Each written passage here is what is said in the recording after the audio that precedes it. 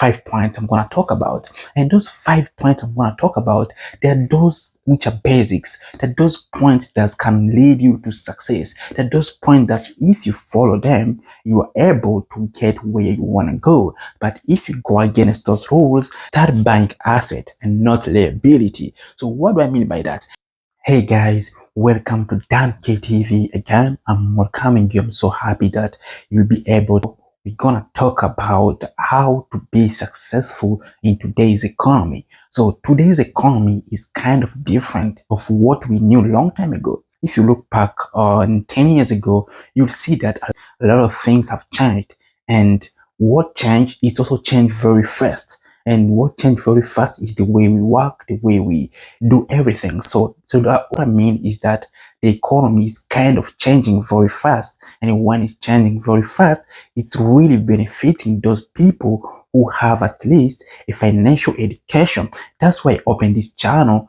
Today's economy is kind of different because you see that those people who really know the rules, those people follow the rules or the rules of success. They are the people who are succeeding in this economy. So in today's video, I got around 5 points I'm going to talk about. And those 5 points I'm going to talk about, they're those which are basics. They're those points that can lead you to success. They're those points that if you follow them, you are able to get where you want to go. But if you go against those rules, that's when you find yourself in a situation that you even don't know how you got there. Today, I'm going to make it simple for you. I won't make it hard. I want to make it in the way that everyone can understand. There are 5 rules you follow. And those 5 rules, they're very, very, very important for you to succeed in today's economy. The first rule we should talk about is very simple. The first rule is the most important and it's the most that people have neglected and people have been lied to. So the first rule is this: find a way to earn money. It's that simple. I know you might be complaining about money, and that's what I'm saying. Find a way to earn money, because if you don't have money, you won't be able to do anything to anyone, even to yourself. Take care of yourself, you need money. So that's the first thing you should do. You should find a way. Look for the way to earn money for yourself, whether by getting a job or open your own business, or just try to find a way to help other people. That's the only way you can earn money, whether by working for your boss or by doing your own business, which means doing some other things for other people, being used to them. So you might be surprised, why am I talking about earning money or find a way to earn money? Because a lot of people have been lied to. You have been told money is bad, money is evil, money is the root of all evil, and that's when the problem starts. And that's where the problem starts. Money is not bad. That's true. It's not bad. It's a good thing for those who know what to do with it. It's like a tool, it's just a tool that shows that you are really valuable to other people. And that's the only way to earn money. If you want to earn money, find a way to be in use to other people. And that's the only way you can earn money. And money is just like a certificate you got from helping other people. It's like doing something for someone and then get paid. And what you get paid shows that you really did something to other people. So you can't be paid unless you did something to other people. What I mean is, whenever you gotta pay maybe a $5 in your pocket, or let's say $1 in your pocket, you can remove it and make sure that this is a certificate that you got from doing good for other people. And those people appreciated you by giving you their money.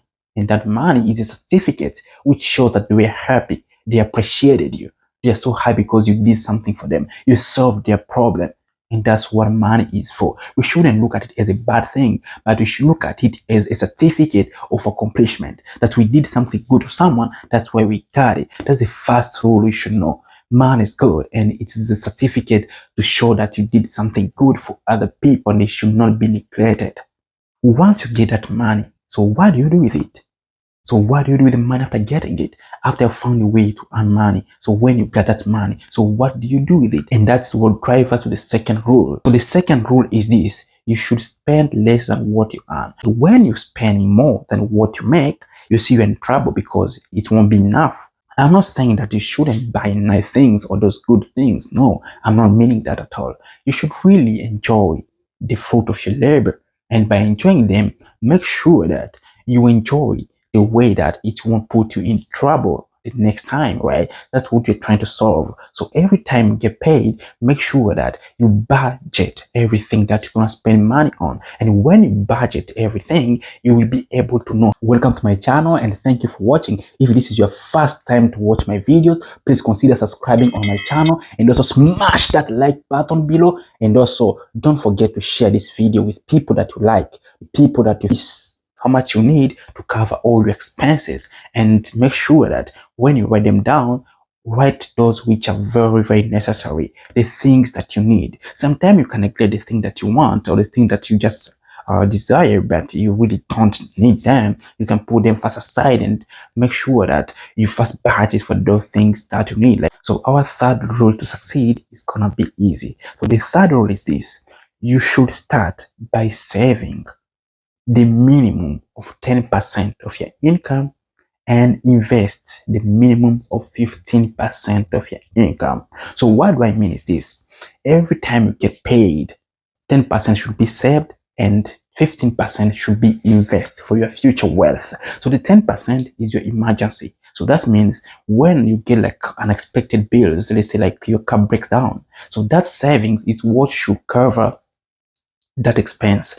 You should not rely on debt or credit cards to cover your emergencies. You should prepare for them. Emergencies happen, car breakdown, and everything's happen. Things happen. You might fall. You might fall sick, and you might sometimes lose a job. And those things you should be prepared for. And that's why you should save the 10% of your income to cover those emergencies. And the 15% of your income is what's gonna help you to build your future wealth.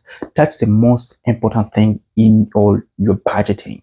And the 15% is what's gonna build your future wealth. That's what's gonna ride you. That's what's gonna lead you to success. The 15% that you save. And that is not the maximum. That is just a minimum. Every time you get $100, that means $10 should be put in your savings, $15 should be invested. After knowing that you should really save the 10% and the 15%, which I explained, the 10% is for your emergency funds, which means every time you get an emergency or unexpected bill, the 10% should be able to cover it, which you actually keep monthly, which will be a reasonable amount at a certain time. So, and also your 15% will be there for you to invest and build your future wealth, which I'm gonna talk about in the video that I'm gonna post for you guys next week. And if you still have a question about it, just let me know in the comment below.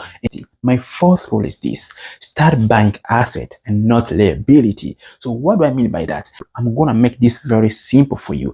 I learned this from a book called Rich Dad and Poor Dad. If you've ever read it, an asset and liability, it should not be complicated to explain.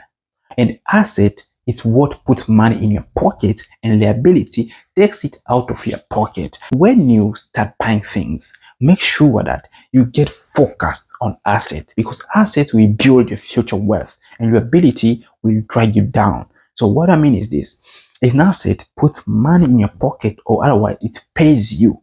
An asset pays you by owning it only. That's what the asset is. The asset keeps on paying you just because you own it. You won't sell it. You just own it and it keeps on paying you. If you buy a house, and not the house that you live in, because the house that you buy to live in it is gonna be a liability, a total liability, because it will take money out of your pocket to pay the mortgage, to pay repairs, to pay the bills. So all those things gonna cost you money. And that's why I say, if you buy a house to live in it, it's a liability. And if you think that's an asset, you're in trouble. So if you want to make a house to be an asset, let's say you bought a house in the city, and that house you rent it out to someone, and that person pays you. So when that person pays the rent should be able to cover your mortgage and also give you something on top, which we call the cash flow. And that cash that remains on top after paying the mortgage, that's what you earn. That's why I call it an asset, because it keeps on paying you every month. Let's say, for example, your mortgage is 1,000,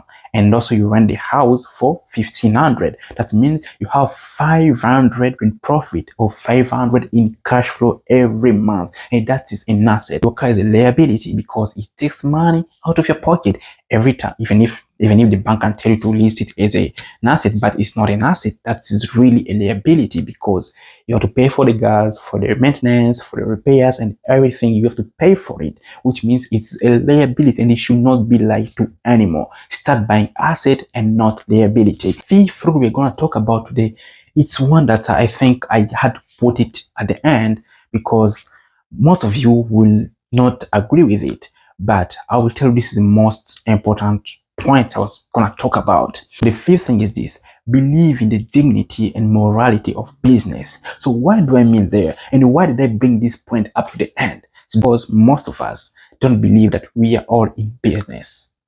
You are in business, I'm in business, and everyone else is in business. So what do I mean is this: when you go to work every morning, you should first believe that you are in business with your boss. So your boss, like your client, is like your customer. Whether you are selling something, whether you are an employee or you are a businessman, or you are in business, and you should believe that. And the business is what brings us together.